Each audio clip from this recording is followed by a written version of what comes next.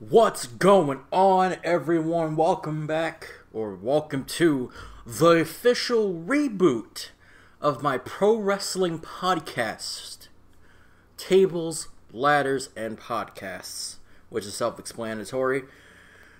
On this podcast, I will be discussing pro wrestling and giving my unfiltered thoughts on events in pro wrestling as it unfolds, of course, across the week. And I haven't done this in a while. Actually, I haven't done it in quite a while. But I felt like it's time for me to come back. It's time for me to give you my thoughts on the current product in pro wrestling. Because we got AEW, we got New Japan, we got Ring of Honor. We got all these nice wrestling promotions out there. All these great wrestling promotions. And I feel like I'm the only person in the world who should be honored to cover the events in pro wrestling as of today in the official reboot of this podcast. First, let's jump into the news for this week. Well, not really the news, but, the news in pro wrestling this week. Well, a matchup that I kind of didn't want, but it's going to happen anyway, just because... it could be a big money match, or it could be a complete flop, honestly. It could be horrible. Daniel Bryan will face Bray Wyatt for the Universal title at Survivor Series. Now, am I correct on something? I can't remember if I'm correct. Isn't Bray Wyatt pulling double duty at Survivor Series? Isn't he facing Adam Cole, baby? And Brock Lesnar at Survivor Series? Is the champion versus champion match still happening? Is it happening? Is he pulling double duty? I don't know. That could be a horrible mistake. That putting Bray Wyatt, exposing the Fiend too much at this point in the gimmick is a problem. Do not overexpose the gimmick. It should be held in high esteem because, let's face it, the Fiend is a great gimmick for Bray Wyatt. I love the TV kids TV show host Bray Wyatt. I love it. It's great. And I love the Fiend. I love that he has a split personality disorder, and I love that the storytelling that's happening with this character. I love it. I love how the storytelling started way before Bray Wyatt left for a little bit. Way before. It was like 2015 where he was hosting the show and he was telling us about the Fiend. Way before we even cared. And it was great. I'm not sure exactly how that's going to work out. I don't want him to pull double duty. I don't really want to. I don't want to see him pull double duty. Let's not have him pull double duty. Let's not. Another Survivor Series title match was set for the end of SmackDown this evening. Well, last Friday. A Universal Championship match between Bray Wyatt and Daniel Bryan. Bryan was a guest on The Miz TV, where its host spoke of Daniel Bryan's internal struggle and accused him of changing for the worse. Miz then guessed that the Fiend maybe attacked Bryan because the former WWE champion is washed up and Wyatt wants to end him. Daniel got fired up in his response and said people don't understand passion combined with mental instability, which is why he killed off the Yes movement. The passionate promo is interrupted by the Firefly Funhouse and Bray Wyatt telling Bryan to mind his manners, talking about how he's not around. After a back and forth between the two, Bryan challenged Wyatt to a title match at Survivor Series, leading Bray to agree with a very creepy rendition of the Yes chant. And it was very, very strange. Now let's talk, wait, before we jump into the next story, before we jump into whatever else happened in wrestling that time, let's talk about the Universal title itself. Okay. Are we just color swapping it like Scorpion and Sub-Zero? Is this what's happening with this current title? Honestly, we should have just left the title on Raw. We should have found a way to keep the title on Raw. Just keep Bray on Raw, but now Bray's on SmackDown. So now the title is blue. How about this? You know that cool... There was a cool last design that Bray teased where it looked like this wood. It looked kind of like Daniel Bryan's old like wood title, but it was creepy looking and had like a smile. It was really cool to look at. Why don't we just give Bray that? I don't want to see him with this blue Sub-Zero color swap title. I don't want it. I don't want this title to become the color swap title. I don't want it to be What if it ends up on NXT? It's gonna be piss yellow. It's gonna be piss yellow, and I'm gonna have a problem with it. I know it'll never end up on NXT because it's a main roster title. But then again, we're treating NXT as its own third brand, not a fucking developmental situation. We're not doing that anymore. So I don't know. I just don't like the title. I'm a big fan of big fan of how titles used to be. The big black strap. I'm a big fan of the gold. I'm a big fan of jewels. I'm a big fan of all that. I'm an old school wrestling fan at this point in my life. I feel like I'm slowly turning into Jim Cornette as the more I watch wrestling today. I feel like I'm slowly turning into Jim Cornette, and I don't want that. So I'm a big fan of that. I'm a big fan of how titles used to be, big gold belts, and having these color swap titles is a problem, and I just don't like it. I just really can't understand how we diverted from having big gold belts to color swaps. Alright, so the Undisputed Era was on SmackDown, and they jumped a bunch of people, because, you know, they're the Undisputed Era. They jump people. I'm liking the fact that we're treating NXT like its own brand. We're not treating it as developmental anymore. We're treating it as its own brand, and I enjoy a lot of it. I enjoy having the NXT guys come in to just jump the main roster guys. I don't know how bad that sounds, but I'm enjoying it. I'm really loving it. It's great. All right, so back to the Universal title. Bray Wyatt unveiled the title in a really cool way. He was like a children's magician. He turned around, whippity boppity boopity bop, pudding pop, and the title turned blue, which was dumb. All right, so I don't know who Boa is, but he's an NXT wrestler. He must not be important. That's not funny. That's really wrong to say. But he had to undergo shoulder surgery, and he went under the knife to repair an injured shoulder. Boa dropped the news recently via Instagram and blah blah blah. The surgery took place at St. Andrews Sports Medicine and Orthopedic Center in Birmingham, Alabama. Was performed by Dr. Jeffrey Durgis. I don't know, but he's going after shoulder surgery. I wish him all the best. Not really much you could say about that. All right, so more NXT news. Well, NXT UK to be to clarify. More big NXT news in the UK. NXT UK Takeover will be returning to Blackpool in 2020. Now, I have friends over there in the UK, which, you know, I've always wanted to attend an NXT UK show since it started, so I might head over there and go attend some UK wrestling. I've always wanted to do that, so I might head over there and just go see what that's about. I don't watch NXT UK on TV. I want my experience with NXT UK to be like a live thing. I honestly want it to be that way. Alright, the WWE's NXT UK brand will return to Blackpool next year for another takeover special. The announcement was made during TV tapings on Friday in England. NXT UK Takeover Blackpool 2. We're back to the takeover naming conventions. That's great. Was confirmed for 2020 according to those in attendance, but no official confirmation of the event or date has been announced by WWE. This will likely happen once the episode airs. The first NXT TakeOver Blackpool took place on January 12th at the Empress Ballroom. The event was headlined by Pete Dunne versus Joe Coffey and featured the debut of Walter.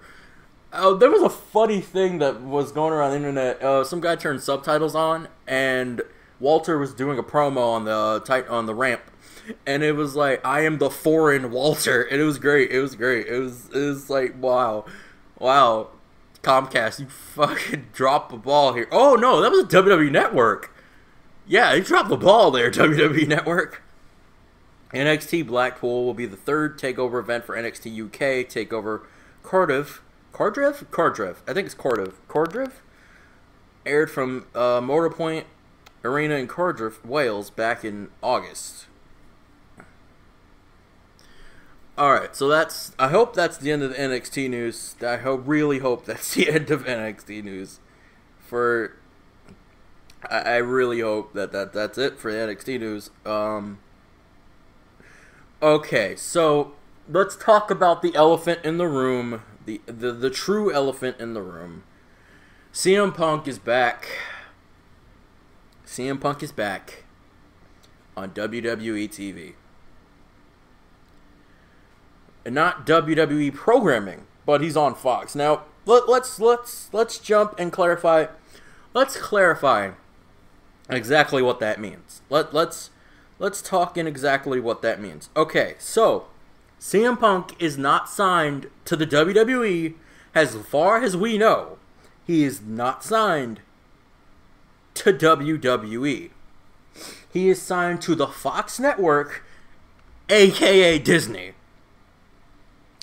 So technically, CM Punk is a Disney employee.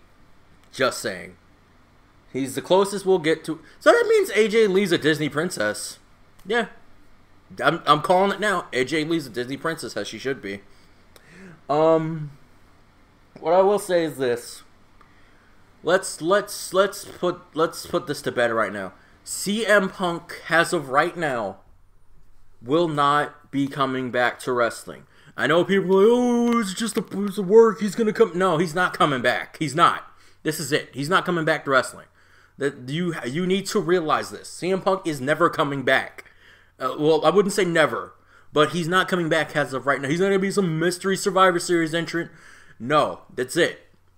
And let's also face facts here. The amount of time that CM Punk has spent out of the ring will be damaging to his reputation. Very damaging.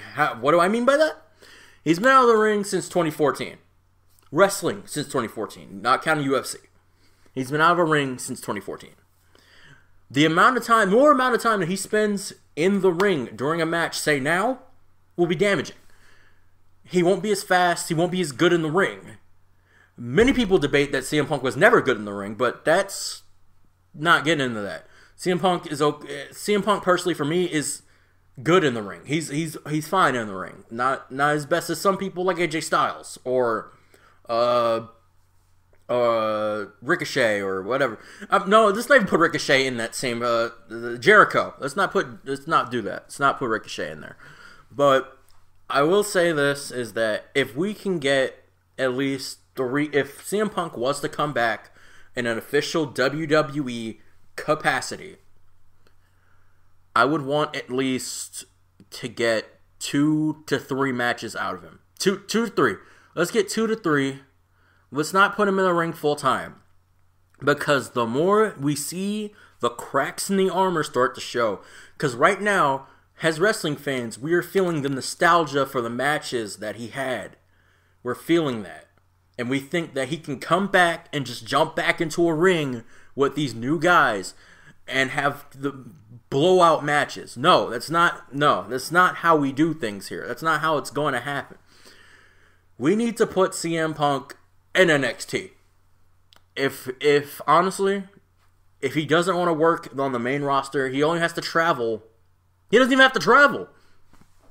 He only has to travel. Like, if he has to travel, he would have to travel at least once a week, just once a week, to Florida for NXT tapings. Not full-time NXT tapings, to mind you.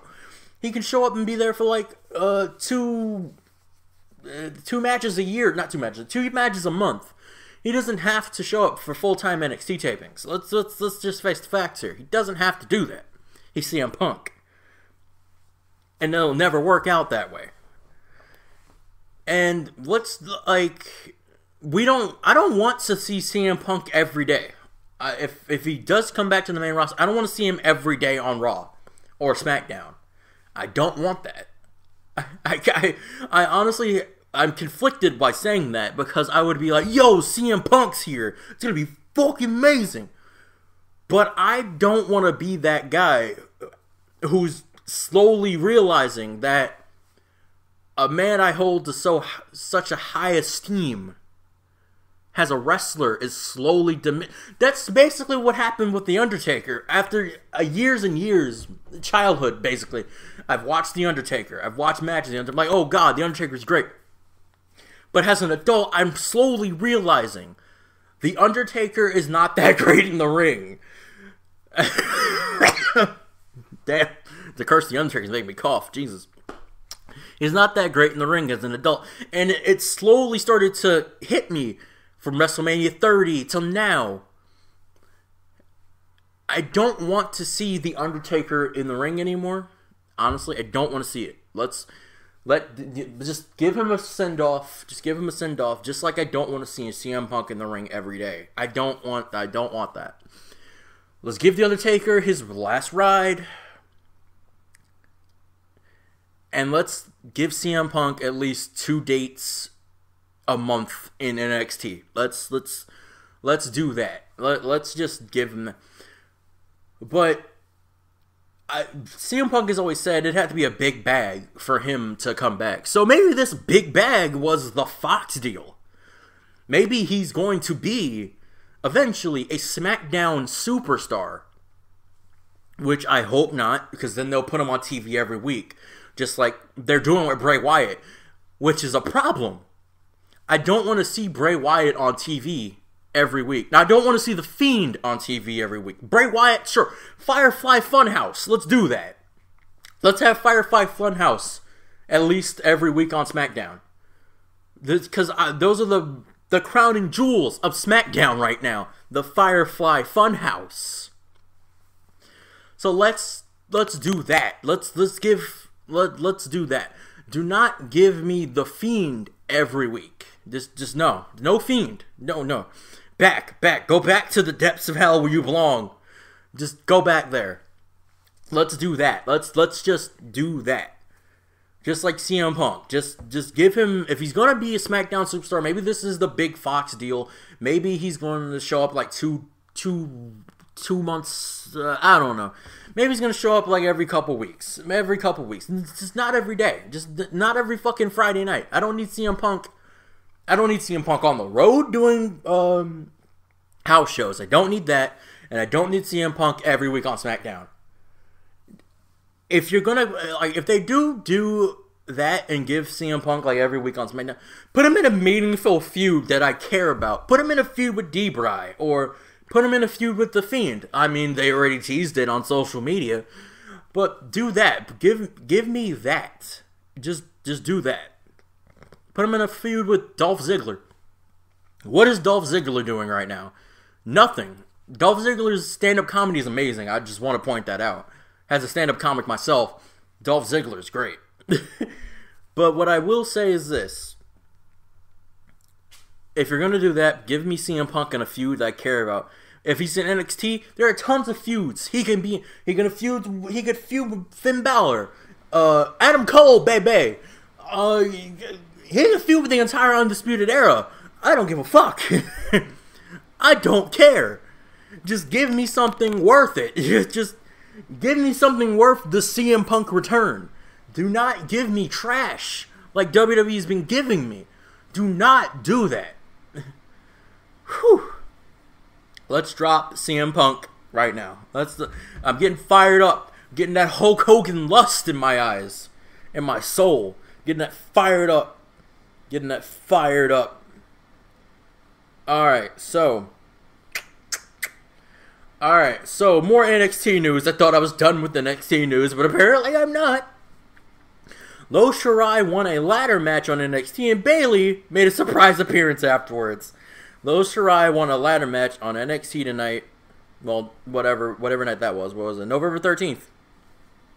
To gain the upper hand for her team at TakeOver War Games, but the night didn't end well for their captain.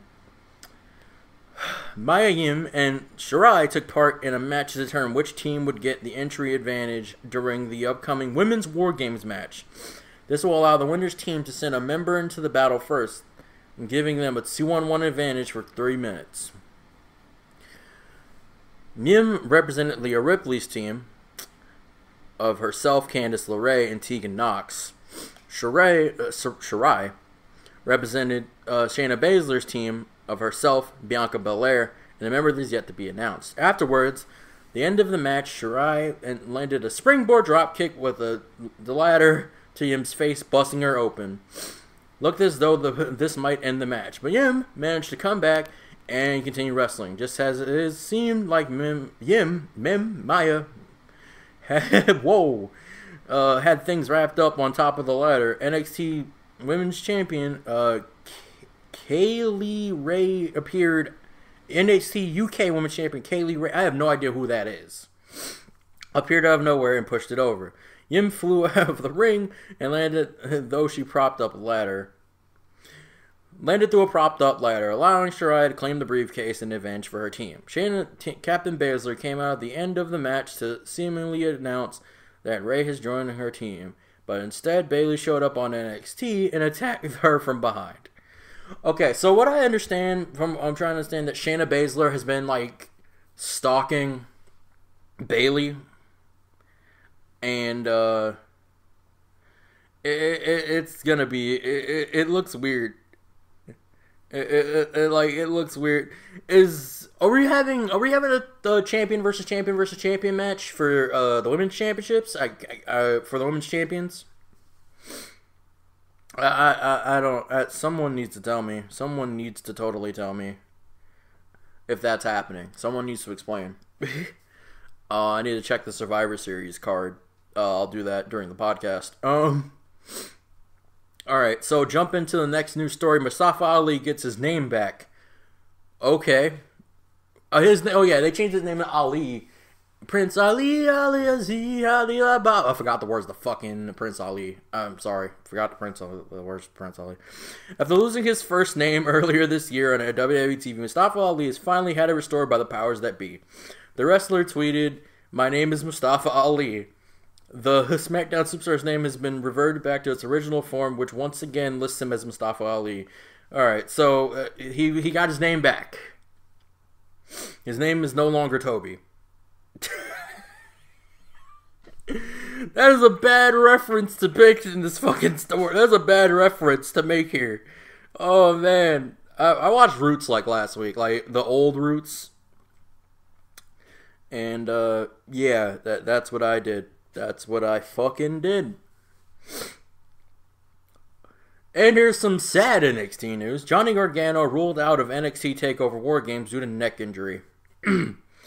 Pro Wrestling Sheet has learned Johnny Gargano is unable to wrestle and will be unable to wrestle at NXT War Games due to a neck injury. According to the sources, WWE management is hoping to have Gargano wrestle against Finn at the event taking place during Survivor Series weekend. However, due to neck injury, that won't be possible. The severity of neck injury is unclear at this time. Gargano last appeared on NXT TV in a segment involving Finn Balor, landing his finisher on Johnny to the ramp, launching a heel turn. Alright. That's okay. So Randy Orton and The Miz signed contract extensions for the next 3 to 5 years, I think. That's about it. Here's some the big news about Big Match John Cena, Mr. You Can't See Me, which is a very good story to talk about, obviously. John Cena helps raise $1 million for Veterans Foundation, then match the donation. So he basically gave $2 million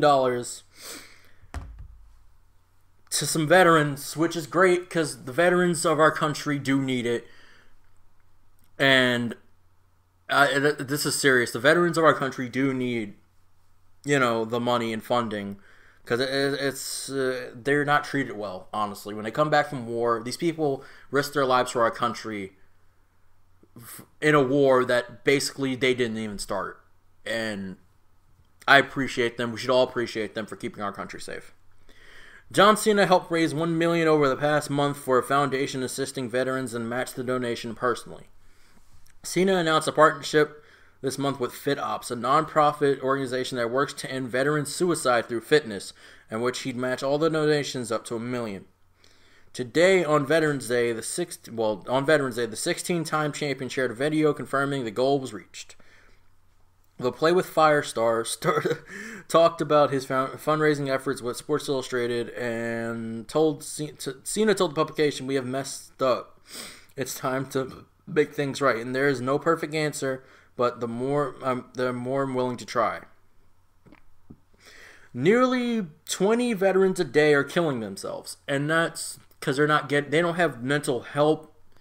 They're treated horribly when they get back here. VA is a joke, from what I understand, and it's a problem. The Veterans Association in our country is a joke, and I feel like we should do more to help our wounded veterans that come back from war without arms or legs, and we should do more to help them. We should do, even the ones that are ambulatory, we should do more to help them. Fit Ops program helps veterans find stability in the fitness industry by getting them certified as personal trainers, which is a good job for them, honestly, because they do a lot of personal training over there when they're preparing for war.